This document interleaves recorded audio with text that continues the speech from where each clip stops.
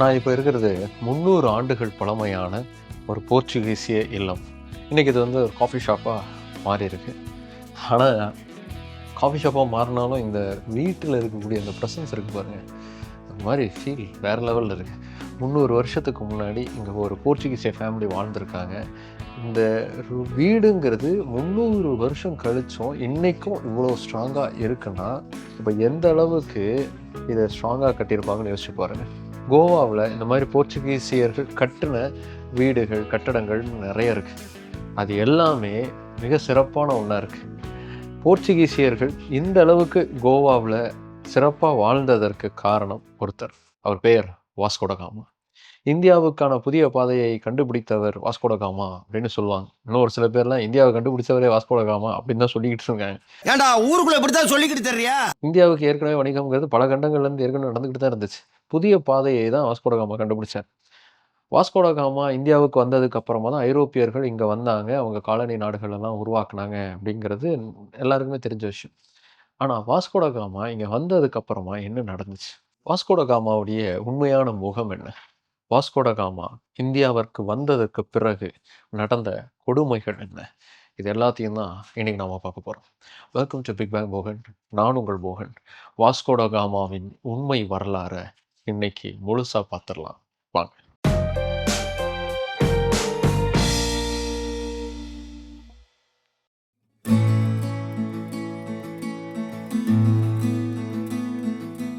எவ்வளோ அழகான வேலைப்பாடுகள் இருக்கு. ஐரோப்பியர்களுடைய அந்த வேலைப்பாடுகள் வந்து உண்மையிலேயே மெய்மறக்கக்கூடிய ஒன்று தான். ஆனால் இந்த மெஸ்மரைசிங்காக இருக்கக்கூடிய இந்த கலைப்படைப்புகளுக்கு பின்னாடி அவங்களுடைய வரலாறில் அவங்க எவ்வளோ மோசமானவங்களாக இருந்திருக்காங்க அப்படிங்கிறத பார்க்கும்போது உண்மையிலே ஒரு கோபம் வரும்.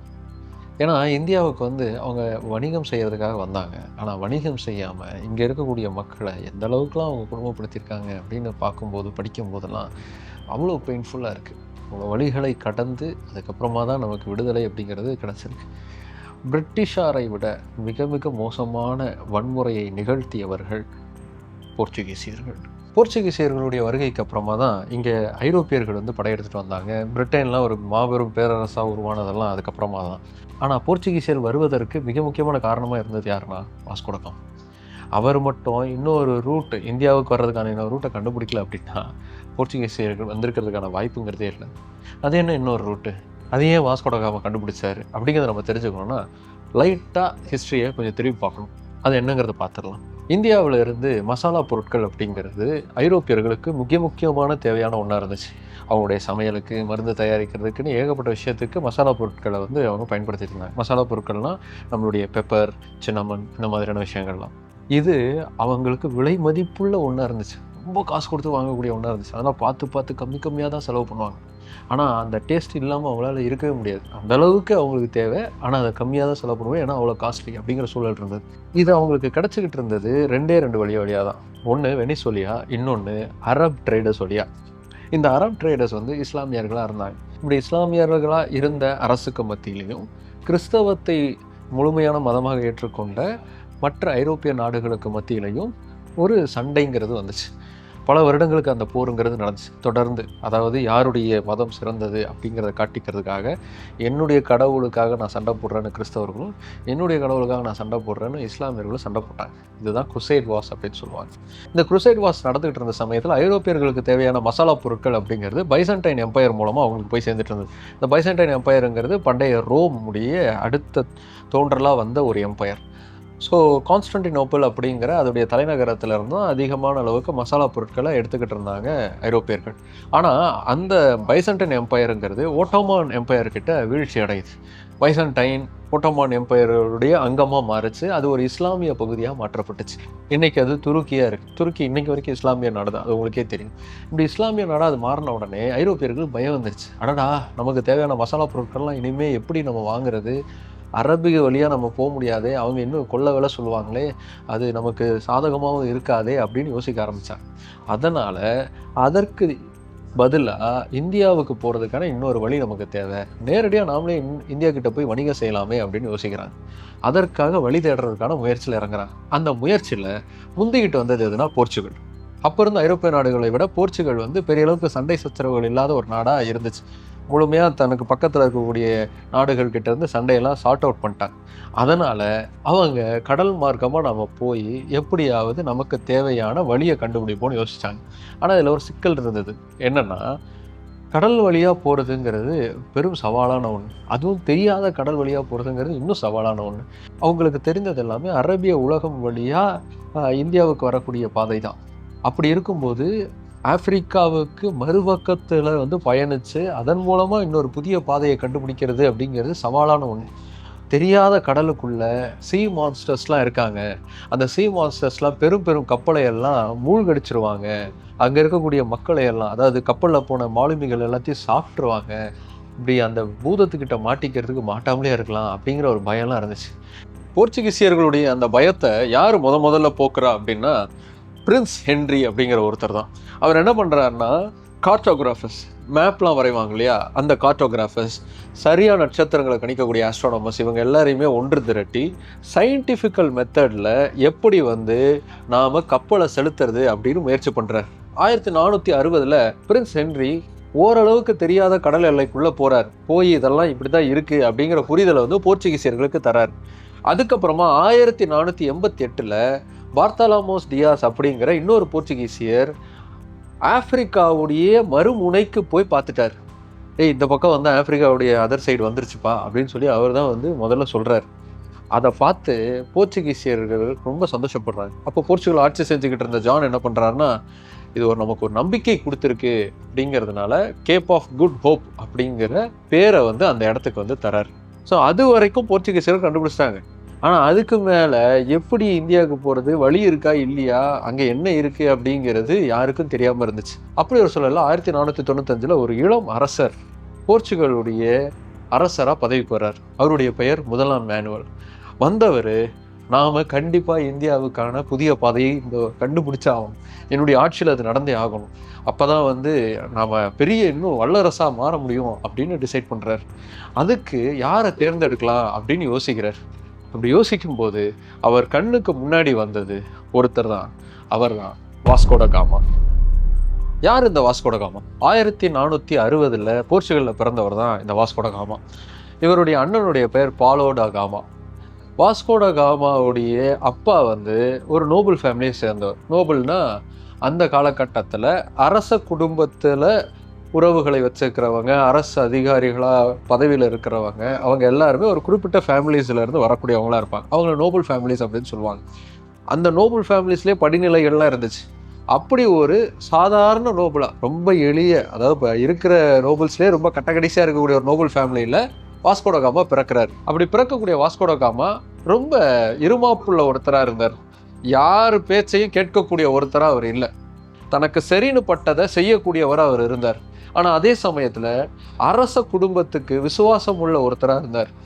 யார் என்ன சொன்னாலும் சரி, அரசர் என்ன உத்தரவு போட்டிருக்காரோ அதை நிறைவேற்றியே ஆகணுங்கிற ஒரு எண்ணம்ங்கிறது அவருக்கு இருந்துச்சு. மேனுவேலுக்கு முன்னாடி ஜானுங்கிற ஒரு அரசர் இருந்தார். அவர் ஸ்பெயின் நாட்டு கப்பற்படைங்கிறது நம்ம நாட்டு வழியாக போய்கிட்டு இருக்கு, அதை தடுத்து நிறுத்து, திரும்ப அவங்க போயிடணும் அப்படின்னு வாஸ்கோ ட காமாவுக்கு ஒரு வாட்டி உத்தரவு போடுறார். சொன்னதை அப்படியே கணக்கச்சிதமாக முடிச்சு காட்டுறாரு வாஸ்கோ ட காமா. அவ்வளோ பெரிய ஸ்பெயின் கப்பற்படையவே விரட்டி அடித்த ஒரு மாபெரும் வீரராக வாஸ்கோ ட காமா பார்க்கப்படுறார். இவரை தான் நம்மளுடைய இந்த திட்டத்துக்கு சரியாக வருவார் அப்படின்னு சொல்லி மேனுவேல் வந்து தேர்ந்தெடுக்கிறார். அந்த சமயத்தில் இந்தியாவுக்கான புதிய பாதையை தேர்ந்தெடுப்பது அப்படிங்கிறது ஒரு பெரும் வேலை, அது பெருமைக்குரிய வேலையாக போர்ச்சுகீசிய நோபல்ஸ் மத்தியில் பார்க்கப்பட்டுச்சு. ஏன்னா அதில் ஒரு வேளை சக்ஸஸ் பண்ணிட்டாங்க, புதிய பாதையை கண்டுபிடிச்சிட்டாங்க அப்படின்னா அவங்களுக்கு செட்டில்டான லைஃப், அவங்களுடைய வம்சாவளியினர் எல்லாருக்குமே பெரிய அளவுக்கான செல்வாக்கு, அந்தஸ்து, பணம் எல்லாமே கிடைக்கும்.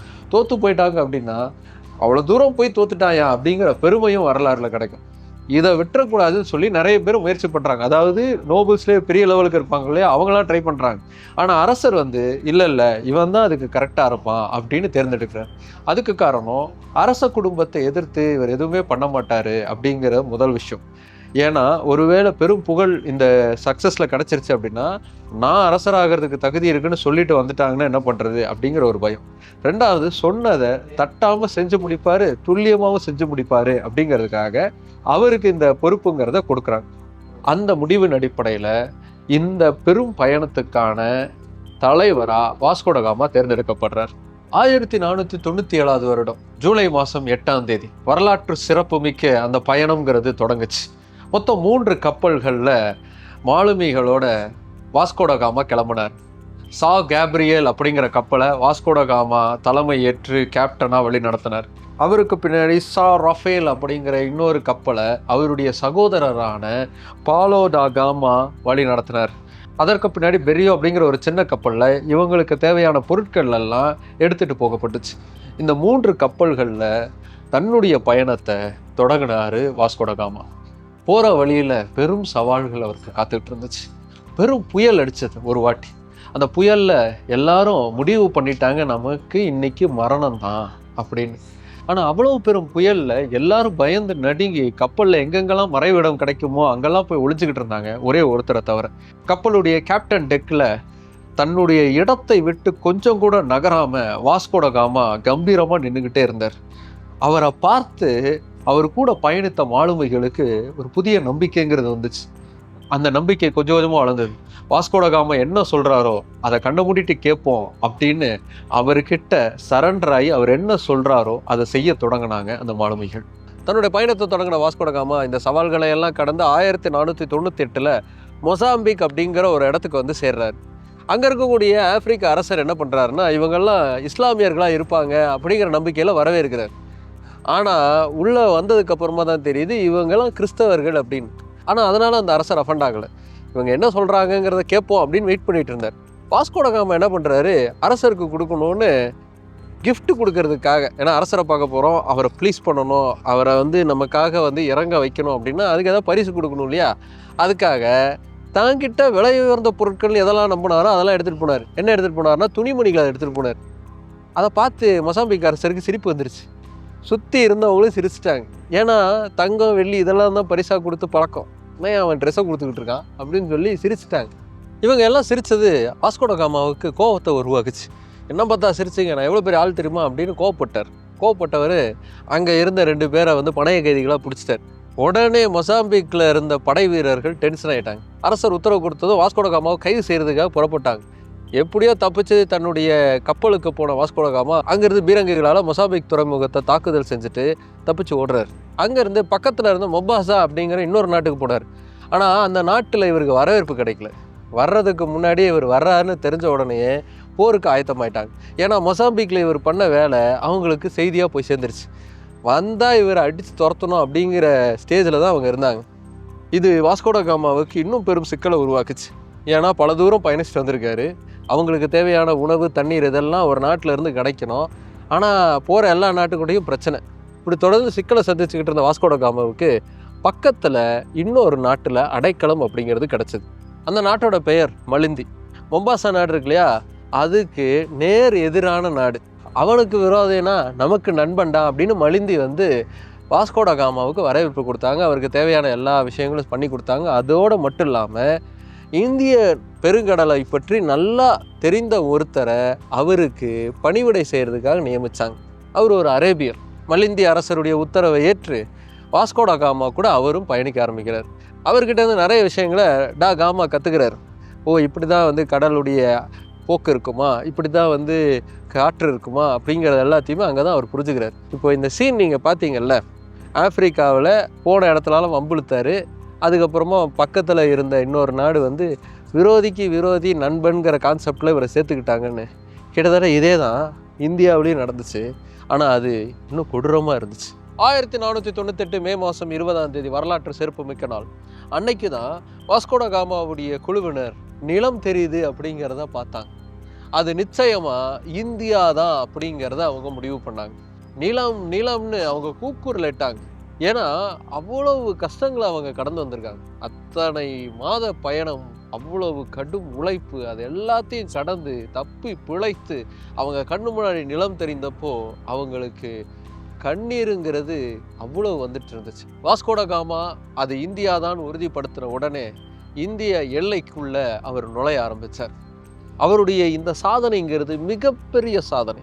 ஏன்னா அதுக்கு முன்னாடி வரைக்கும் இப்படி ஒரு பாதை வழியாக இந்தியாவுக்கு வர முடியும் அப்படிங்கிறது யாருக்குமே தெரியாத ஒன்றா இருந்துச்சு. ஆனால் அதை செய்து காட்டியிருந்தார் வாஸ்கோடகாமா. அவர் வந்து சேர்ந்திருந்த இடம்ங்கிறது இன்னைக்கு நம்ம கோழிக்கோடுன்னு சொல்கிறோம் இல்லையா, கேரள பகுதியில், அதோடைய கடல் எல்லையில் தான் வாஸ்கோட காமாவுடைய கப்பலுங்கிறது வந்து சேர்ந்துருந்துச்சு.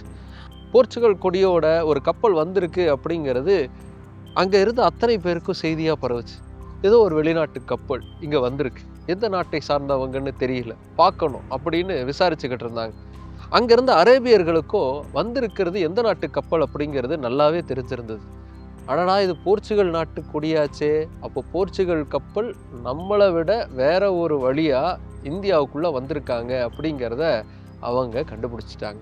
இது அவங்களுக்கு கவலையை உருவாக்குச்சு. ஏன்னா போர்ச்சுகல் மாதிரியே ஐரோப்பாவில் இருக்கக்கூடிய எல்லா நாடுகளும் இதே மாதிரி அந்த மாற்று வழியாக இந்தியாவுக்கு வர ஆரம்பித்தாங்கன்னா இவங்களுடைய பிழைப்புங்கிறது அவ்வளவுதான். ஏன்னா இவங்க மூலமாக தான் எல்லா வணிகமும் நடந்துக்கிட்டு இருக்கு. அதனால் இவங்க தான் அதில் பலம் வாய்ந்தவங்களாக இருந்தாங்க. அந்த வணிக பலம் அப்படிங்கிறது இந்த புதிய பாதையால் உடைபட்டு போயிடும். இது அவங்களுக்கு நல்லாவே தெரிஞ்சிருந்ததால் நேரடியாக அரசரை போய் பார்க்குறாங்க. அப்போது சாமுதிரி அப்படிங்கிற ஒரு அரசர் தான் இந்த கோழிக்கோடு பகுதியை ஆட்சி செஞ்சுக்கிட்டு இருந்தார். இந்த சாமுதிரியை போர்ச்சுகல் குறிப்பு வந்து எப்படி சொல்லுதுன்னா ஜமோத்ரின் அப்படிங்கிற பேரில் வந்து பதிவு செய்யுது. சாமுதிரி அரசர்கிட்ட நீங்கள் போர்ச்சுகலை நம்பாதீங்க, வந்திருக்கிறவங்க வந்து கடற்கொள்ளையர்கள், அவங்கள நீங்கள் ஏற்றுக்காதீங்க அப்படின்னு சொல்கிறாங்க. அவங்க சொன்னதில் ஒரு வகையான உண்மையும் இருக்குது. ஏன்னா அப்போ இருந்த ஐரோப்பியர்கள் மிக மிக காட்டு மிராண்டிகளாக தான் இருந்தாங்க. நான் வைக்கிறது தான் சட்டம், நான் சொல்கிறது தான் நீ கேட்கணும் அப்படிங்கிற ஒரு புள்ளியில் தான் அவங்களுடைய சிந்தனை அப்படிங்கிறதே இருந்துச்சு. அவங்க ஒரு சிவிலைஸ்டு சொசைட்டியாக தங்களை காட்டிக்கிட்டாலும் மனிதாபிமான அடிப்படையில் கொஞ்சம் கூட அறம் இல்லாதவர்களாக தான் அவங்க இருந்தாங்க. இன்னைக்கு சூழலுக்கும் அவங்களுடைய போக்குங்கிறது அப்படி தான் இருக்குது. ஒரு நவீன கடற்கொள்ளையர்களாக அவங்க இருக்காங்க பல விஷயங்களில், அப்படி தான் நம்ம பார்க்க முடியுது. சரி, இப்போ நம்ம வாஸ்கோட காமா கதைக்கு வருவோம். சாமுத்திரி அரேபிய வணிகர்கள் சொன்னது எல்லாத்தையுமே கேட்டுக்கிட்டாரு. பல நூறு ஆண்டுகளாக அரேபியர்கள் நம்மளோட வணிகம் செஞ்சுக்கிட்டு இருக்காங்க. இருந்தாலும் எதுக்கும் ஒரு வாட்டி இவங்க என்ன சொல்கிறாங்கன்னு கேட்போன்னு யோசிச்சாரு சாமுத்திரி. அதனால் போர்ச்சுகல் கிட்ட இருந்து வந்திருக்கக்கூடிய அந்த கப்பலில் இருந்து ஒரு ரெப்ரசன்டேட்டிவ் நம்மக்கிட்ட வந்து பேசட்டும் அப்படின்னு சொன்னார். அரசரை பார்க்க போகிறதுக்கு முன்னாடி நம்ம ஆப்பிரிக்காவில் பார்த்தோம்ல, அதே மாதிரி பரிசு பொருட்கள்லாம் எடுத்துக்கிட்டு போயிருந்தாரு வாஸ்கோட காமா. அந்த பரிசு பொருட்கள்லாம் துணிமணிகளாக தான் இருந்துச்சு. அதுவும் பருத்தியால் செய்யப்பட்ட துணிகளாக தான் இருந்துச்சு. அந்த பரிசுகளோட போய் அரசரை பார்த்த வாஸ்கோட காமா 3 முக்கியமான கோரிக்கைகளை வச்சார். ஒன்று, போர்ச்சுகல் அப்படிங்கிற ஒரு பேரரசு கிட்ட இருந்து நான் வந்திருக்கிறேன், அதற்கான அங்கீகாரம் உங்ககிட்ட கிடைக்கணும். இங்கே அரசுக்கும் அரசருக்கும் மரியாதைங்கிறத நீங்கள் தரணும். 2வது, இங்கே வணிகம் செய்கிறதுக்கு எக்ஸ்க்ளூசிவ் ரைட்ஸுங்கிறது எங்களுக்கு தரணும். அதாவது மிளகு, ஏலம் மாதிரியான மசாலா பொருட்களை எங்ககிட்ட மட்டும்தான் நீங்கள் வணிகம் செய்யணும், வேறு யாருக்கும் கொடுக்கக்கூடாது, நாங்கள் தான் எடுத்துகிட்டு போய் எல்லாருக்கும் கொடுப்போம் அப்படின்னாரு. 3வது, எங்களுக்கு வரியிலையும் விலக்குங்கிறது தரணும் அப்படின்னு 3 கோரிக்கைகளை வைக்கிறார். இதெல்லாம் கேட்ட சாமுத்திரி அரசர் கொண்டு வந்த பரிசை பார்த்தார். இதெல்லாம் ஒரு பரிசா அப்படின்னு பயங்கரமாக அவருக்கு கோபமே வந்துருச்சு. ஒரு அரசர் இன்னொரு அரசருக்கு பரிசு தராருன்னா இப்படியா பரிசு தருவார்? தங்கம், வெள்ளி, வைரங்கள் தான் எங்கள் பரிசாக வழங்கப்படுறது வழக்கம். நீ என்னையா துணியை எடுத்துகிட்டு வந்திருக்கேன்னு அங்கேயே வாஸ்கோட காமாவை அவமானப்படுத்துகிறார். நாம் ஆப்பிரிக்காவில் பார்த்த மாதிரி வாஸ்கோட காமா இதுலேயே அஃபண்டுங்கிறது ஆகிறார். சரி, வாஸ்கோட காமா ஒரு அரசரின் பிரதிநிதி தானே, அரசர்கிட்ட இருந்து வந்திருக்கும் போது நான் இந்த மாதிரி பரிசு எடுத்துகிட்டு வர்றது அவ்வளோவா எடுத்துகிட்டு வரல, நெக்ஸ்ட் டைம் நான் கொஞ்சம் நல்லா எடுத்துகிட்டு வரேன், சுமூகமாக பேசியிருக்கலாமே அப்படின்னு தோணும். வாஸ்கோட காமாவுடைய சிந்தனை எப்படி இருந்ததோ அதே மாதிரி தான் அவருடைய அரசருடைய சிந்தனை இருந்தது. போர்ச்சுகல் அரசர் எப்படி சொன்னாரோ அப்படி தான் வாஸ்கோட காமா நடந்துக்கிட்டார். போர்ச்சுகல் அரசருமே நாம் மிகப்பெரிய அரசு, நம்மக்கிட்ட அவங்க கீழே கட்டுப்படணும், கேட்கலையா என்ன வேணால் பண்ணு அப்படிங்கிற மைண்ட் செட்டில் தான் அவரும் சொல்லியிருந்தார். அதை தான் வாஸ்கோட காமா செஞ்சுக்கிட்டு இருந்தார். வாஸ்கோட காமா கிட்ட சாமுத்திரி, நீங்கள் வச்ச கோரிக்கைகள் எதுவுமே நியாயமானது கிடையாது, இங்கே யார் வேணால் வணிகம் செய்யலாம், ஆனால் மோனோபோலியாக மாறுறதுக்கு நான் அனுமதிக்க மாட்டேன், உங்களுக்கு மட்டும் எக்ஸ்க்ளூசிவ் ரைட்ஸ்லாம் கொடுக்க மாட்டேன், நீங்களும் வணிகம் செய்யுங்க, உங்களுக்கு திறமை இருந்தால் அதை நல்லா விலைக்கு விற்று நீங்கள் வந்து லாபம் பாருங்கள் அப்படின்னு சொன்னார். 2வது, வரி விலக்கெலாம் கொடுக்க முடியாது, எல்லாருக்கும் என்ன வரி விதிக்கப்படுதோ அதுதான் உங்களுக்கும் விதிக்கப்படும் அப்படின்னு சொன்னார். நல்லா கவனித்து பாருங்கள், இங்கே பல நூறு ஆண்டுகளாக அரேபியர்கள் வணிகம் செஞ்சிட்ருக்காங்க, சீனர்கள் வந்து வணிகம் செஞ்சிட்ருக்காங்க. இவ்வளவு ஆண்டுகளாக அவங்க நம்ம அரசர்களோடு இணைந்து வணிகம் அப்படிங்கிறத செய்கிறாங்க. அவங்களுக்கு வரி விலக்கு அப்படிங்கிறதெல்லாம் ஒரு வகையில் கொடுக்கவும் பட்டிருக்கலாம், ஏன்னா நீண்ட காலமாக அவங்க வந்து வணிகம் செஞ்சுக்கிட்டு இருக்காங்க. அப்படி மொதல் டைம் உள்ளே நுழையிறாங்க போர்ச்சுகல், வரும்போது எவ்வளோ அடாவடியாக வராங்க பாருங்கள். எங்களுக்கு தான் எக்ஸ்க்ளூசிவ் ரைட்ஸ் தரணும், எங்களுக்கு தான் நீங்கள் வரி விலக்குலாம் தரணும் அப்படின்னு. அந்த நாடு எங்கே இருக்குன்னு கூட நமக்கு தெரியாது அந்த சமயத்தில்.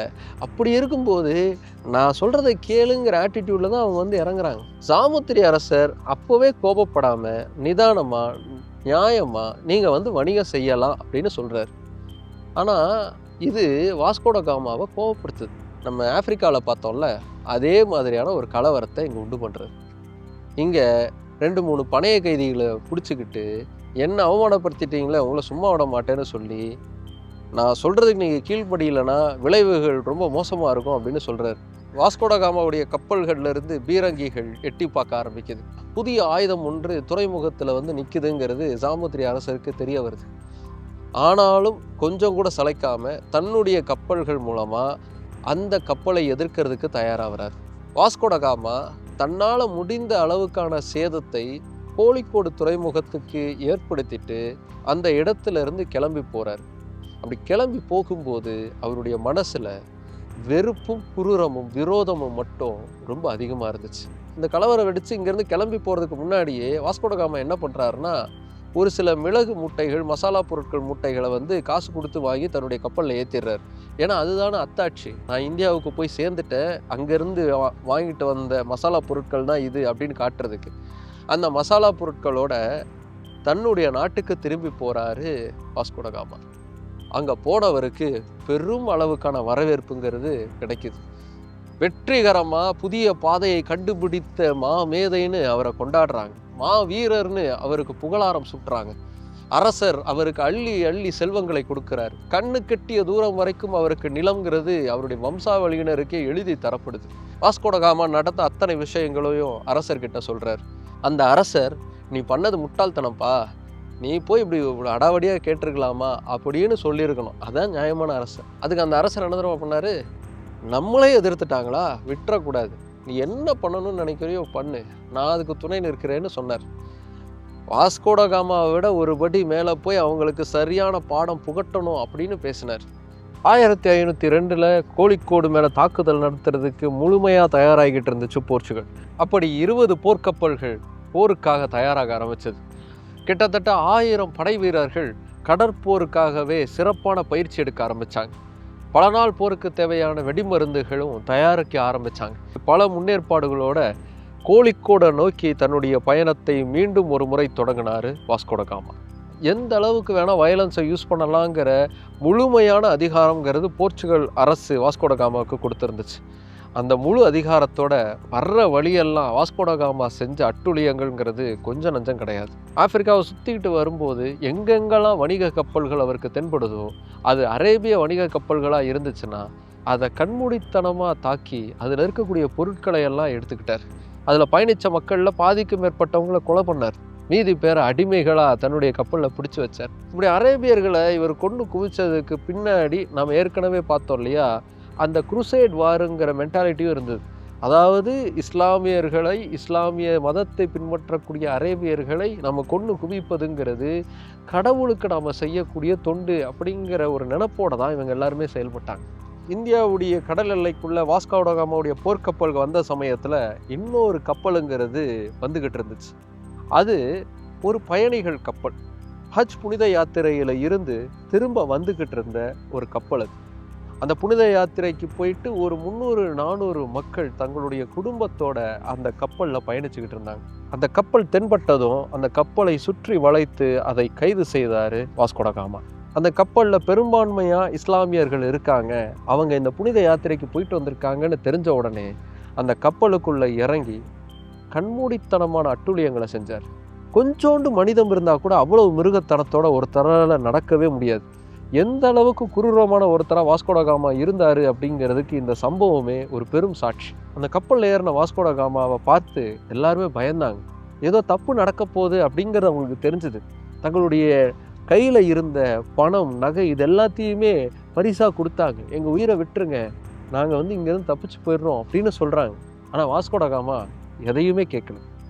நிறைய பெண்கள் தங்களுடைய குழந்தைகளை கையில் தூக்கி வாஸ்கோட காமா முன்னாடி காட்டுறாங்க. இந்த குழந்தைகளை பார்த்தாவது கொஞ்சமாவது மனசு இறங்குங்க அப்படின்னு கேட்குறாங்க. ஆனால் வாஸ்கோட காமா கண்களுக்கு அது எதுவுமே தெரியல. கப்பலுடைய அத்தனை வழிகளையுமே அவர் அடைச்சிட்டு மொத்த கப்பலையும் தீயில கொளுத்துங்க அப்படின்னு உத்தரவு கொடுத்தாரு. பத்திக்கிட்டு எரியக்கூடிய நெருப்புல இருந்து எப்படியாவது பிழைப்போன்னு சொல்லி தண்ணிக்குள்ள குதிச்சவங்களை நோக்கி அம்புகள் எய்து கொன்றாங்க போர்ச்சுகீசியர்கள். கப்பலுக்குள்ளேயே அடங்கினவங்க தீக்கு இரையாகி கொஞ்சம் கொஞ்சமா சாக ஆரம்பிச்சாங்க. மரண ஓலம்ங்கிறது இந்திய பெருங்கடலுடைய அத்தனை எல்லைகளுக்கும் போய் சேர்ந்தது. அவ்வளவு குரூரமான ஒரு சம்பவத்தை செஞ்சுட்டு ஏதோ பெருசா சாதித்த பெருமையோட கோழிக்கோடு கடல் எல்லைக்குள்ள வந்து சேர்ந்தாரு வாஸ்கோடகாமா. அங்க வந்தப்போ அவர் மனது முழுக்க பகையும் வெறுப்பும் தான் இருந்துச்சு. வாஸ்கோடகாமா பெரும் படையை திரட்டிக்கிட்டு வந்திருக்காரு அப்படிங்கிறது சாமுத்திரிக்கு தெரிஞ்ச உடனே அவரும் போருக்கு தயாரானார். அரேபிய வணிகர்கள், குஜராத்தி வணிகர்கள் இவங்க எல்லாருமே சாமுத்திரிக்கு தேவையான பொருட்செலவுக்கு பணத்தை வாரி வழங்கினாங்க. ஏன்னா போர்ச்சுகீசியர்களுடைய கை இங்கே வணிகத்தில் ஓங்கிடக்கூடாது அப்படிங்கிற ஒரு காரணத்துக்காக தன்னுடைய எல்லா படையும் ஒன்று திரட்டி போர்ச்சுகீசியர்களுக்கு எதிராக போரில் நின்னாரு சாமுத்திரி. ஆனால் போர்ச்சுகீசியர்களுடைய பீரங்கிக்கு இணையாக அவங்களால போரிட முடியல.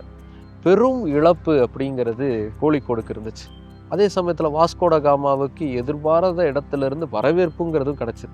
பல வருடங்களாக சாமுத்திரி அரசருக்கு கீழே சிற்றரசராக இருக்கும், நாம் எப்போ பெரிய அரசாக மாறுறது அப்படின்னு சொல்லி சிற்றரசர்களாக இருந்த கொச்சின், கண்ணூர்லாம் நேரடியாக போர்ச்சுகீசியராக இருந்த வாஸ்கோடகாமாவுக்கு உதவ வந்தாங்க. எங்கெங்கே சாமுத்திரி அரச படைகளுடைய பலவீனம் இருக்குது, எங்கே அடித்தா அவங்களுக்கு வலிக்கும், இது எல்லாத்தையும் அவங்க தான் வாஸ்கோடகாமாவுக்கு எடுத்து சொன்னாங்க. அதில் தான் வாஸ்கோடகாமாவுக்கு தெளிவாக புரிஞ்சுது, இவங்க உள்ளுக்குள்ளே பயங்கரமாக அடிச்சுக்கிட்டு இருக்காங்க, அதுக்குள்ளே பூந்து நாம் கொஞ்சம் விளையாடுனா இவங்க எல்லாரையுமே நமக்கு கீழே கொண்டு வந்துடலான்னு அவர் யோசித்தது வேலை செய்யவும் ஆரம்பிச்சது. பல நூறு வருடங்களாக வணிகம் மட்டுமே பிரதானமாக இருந்த மலபார் பகுதிங்கிறது வன்முறை மூலமாக தன்னுடைய கட்டுப்பாட்டுக்குள்ளே கொண்டு வர முடியும் அப்படிங்கிறதை வாஸ்கோடகாமா நிரூபித்தார். பெரும் இழப்புகளுக்கு அப்புறமா கோழிக்கோடு வாஸ்கோடகாமாவுக்கு அடிபணிந்தது. வாஸ்கோடகாமாவுடைய இந்த வன்முறை டெக்னிக் தான் அதுக்கப்புறமா மொத்த ஐரோப்பியர்களுக்கும் இலக்கணமாக மாறுச்சு. குறிப்பாக போர்ச்சுகீசியர்கள் இதே மெத்தடை தான் ஃபாலோ பண்ணாங்க. அவர் உருவாக்கின அந்த வன்முறை பாதையை இன்னும் அகலமாக்கி ஆழமாக்கி அதன் மூலமாக பல இடங்களை கைப்பற்றினாங்க போர்ச்சுகீசியர்கள். அவருக்கு அப்புறமா வந்து அல்ஃபோன்சா டே ஆல்புகுர்கி கூட இதே மெத்தடை ஃபாலோ பண்ணி தான் கோவாவை கைப்பற்றினார். அதுக்கப்புறமா அவர் அங்கே செஞ்ச வன்முறைகள்லாம் எக்கச்சக்கம். வாஸ்கோடகாமாவுடைய வெற்றிக்கு அப்புறமா மலபார் பகுதியில் போர்ச்சுகீசியர்களுக்கான முதல் கோட்டை அப்படிங்கிறது கட்டப்பட்டுச்சு. மேனுவல் கோட்டை அப்படின்னு அதுக்கு பேர் வைத்தாங்க தங்களுடைய அரசரின் நினைவாக. இந்த வெற்றியோட வாஸ்கோடகாமா போர்ச்சுகலுக்கு போய் சேர்ந்தப்போ அவரை பெரும் போர் வீரராக கொண்டாடினாங்க. போர்ச்சுகலுக்கான ஒரு ஹீரோவா அவர் மாறினார். தங்களுக்கான கடல் எல்லையை கடந்த ஒரு மாபெரும் சாம்ராஜ்யத்துக்கு அஸ்திவாரம் போட்ட ஒரு தலைவராக அவர் கொண்டாடப்பட்டார். அந்த வெற்றிக்காக மிகப்பெரிய அளவுக்கான செல்வம் அப்படிங்கிறது அரசர் மூலமாக வாஸ்கோடகாமுக்கு கொடுக்கப்பட்டுச்சு. அந்த வெற்றி தான் போர்ச்சுகலுக்கு எஸ்டாடோ டா இந்தியா அப்படிங்கிற இந்திய எல்லையை கைப்பற்றி கொடுத்துச்சு. அதுக்கப்புறமா அரசு பணியிலிருந்து விடைபெற்று ஓய்வில் இருந்த வாஸ்கோடகாமாவுக்கு மீண்டும் ஒரு முறை அரச அழைப்புங்கிறது வந்துச்சு. போர்ச்சுகலுக்கு 3ஆம் ஜான் அப்படிங்கிற ஒரு அரசர் பதவிக்கு வந்தார். அவர் பதவிக்கு வந்த சமயத்தில் இந்தியாவில் இருந்த போர்ச்சுகல் அரசில் ஏகப்பட்ட ஊழல் அப்படிங்கிறது இருந்துச்சு. போர்ச்சுகல் நாட்டிலிருந்து கொடுக்கப்படக்கூடிய உத்தரவுகள்லாம் இங்கே சரியாக செயல்படுத்தப்படாமல் இருந்துச்சு. அந்த அளவுக்கு ஊழல் இருந்தது. நீங்கள் என்ன சொல்கிறீங்க, நான் என்ன கேட்குறேன் அப்படிங்கிற மாதிரி தான் இங்கே அட்மினிஸ்ட்ரேஷனுங்கிறது இருந்தது. வருவாயும் பெரிய அளவுக்கு குறைய ஆரம்பிச்சது. இதெல்லாம் சரி பண்ணணும்னா இவங்க அத்தனை பேரையும் சரியாய் ஆட்சி செய்யக்கூடிய ஒருத்தர் நமக்கு வேணும். அதுக்கு அவருக்கு தெரிந்த ஒரே பெயருங்கிறது வாஸ்கோடகாமா. வாஸ்கோடகாமாவுக்கு அப்போ ஒரு 60 வயது கடந்திருக்கும். உடல்நிலை ரொம்ப மோசமடைந்த ஒருத்தராக தான் அவர் இருந்தார். அத்தனை வருடங்கள் அவர் பயணித்த அந்த கடல் பயணங்கள் எல்லாமே அவருடைய உடலை நலிவடைய வச்சிருந்துச்சு.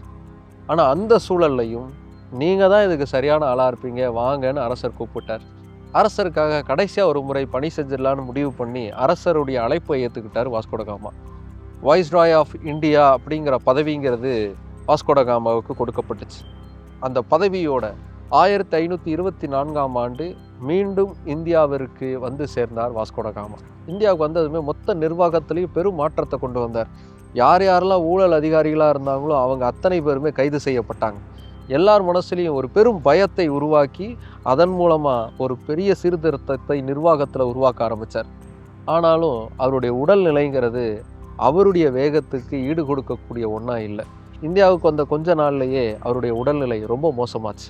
கடும் ஜுரத்தில் அவர் படுத்தார். அவரால் எழுந்திருக்கவே முடியாத சூழல்ங்கிறது உருவாச்சு. இறுதியாக 1524ஆம் ஆண்டு டிசம்பர் மாதம் 24ஆம் நாள் மரணத்தை தழுவினார் வாஸ்கோடகாமா. அதற்கு மறுநாள் கிறிஸ்மஸ்க்கு முன்னாடி அவர் மரணம் அடைந்தது ஒரு புனித தன்மையோட போர்ச்சுகீசியர்களால் பார்க்கப்பட்டுச்சு. ஐரோப்பாவிலேயே முதல் முறையாக ஒரு புதிய பாதையை உருவாக்குவதற்கு கடவுள் வாஸ்கோடகாமாவை படைத்து தன்னுடைய பிறந்த நாளுக்கு முன்பாக தன்னோடு அவரை இணைச்சிக்கிட்டாரு அப்படின்னு அவருடைய புகழ்பாட ஆரம்பித்தாங்க. அதுக்கப்புறமான காலகட்டத்தில் எப்பப்பெல்லாம் போர்ச்சுகல் நாட்டுக்கு ஒரு தொய்வு ஏற்பட்டு அதன் மூலமாக மக்கள் எழுச்சி அடைகிறதுக்கு ஒரு ஹீரோ தேவைப்பட்டாங்களோ அப்பப்பெல்லாம் வாஸ்கோடகாமாவுடைய முகத்தை போர்ச்சுகலில் அரசியலில் தூக்க ஆரம்பிப்பாங்க. போர்ச்சுகல் மட்டும் இல்லை, மொத்த ஐரோப்பாவுக்குமே வாஸ்கோடகாமா ஒரு பெரிய ஹீரோ தான். ஏன்னா யாருமே செய்ய துணியாத ஒரு விஷயத்தை செஞ்சு முடித்தவர் வாஸ்கோடகாமா. வாஸ்கோடகாமாவுடைய பாதையை பின்பற்றி தான் மொத்த ஐரோப்பியர்களும் அதுக்கப்புறமா வந்தாங்க. என்ன ஒன்று, அவங்க பின்பற்றினது அவர் வந்த கடல் வழி பாதை மட்டும் இல்லை, அவர் ஆட்சியை பிடிக்கிறதுக்காக கையாண்ட தந்திரத்தையும் தான். வன்முறையும் வஞ்சகத்தையும் வைத்து எப்படியெல்லாம் ஆட்சியை பிடிக்க முடியும், அதன் மூலமாக எவ்வளோலாம் கொள்ளையடிக்க முடியும் அப்படிங்கிறது ஐரோப்பியர்களுக்கு வாஸ்கோடகாமா தான் பாலபாடம்ங்கிறதை எடுத்தார். உலக வரலாற்றில் பல நாடுகள் பல வருடங்கள் அடிமையாக இருந்ததற்கும் அதன் பின்பு இன்று வரை மேலெழுந்து வருவதற்கு போராடுவதற்கும் காரணமாக வாஸ்கோடகாமாவின் பயணம் அமைந்தது. சரி, ஓகே பிக் பாஸ், வாஸ்கோடகாமாவுடைய இந்த வரலாறு அப்படிங்கிறது உங்களுக்கு ஒரு புதிய புரிதலை கொடுத்துருக்கோன்னு நம்புகிறேன். இது பலருக்கு போய் சேரணுன்னா அது உங்கள் கையில் தான் இருக்குது. மறந்துடாமல் இந்த வீடியோவை ஷேர் பண்ணிவிடுங்க. அடுத்து இன்னொரு இன்ட்ரெஸ்டிங்கான கண்டென்ட்டோட உங்களை வந்து பார்க்குறேன். பை.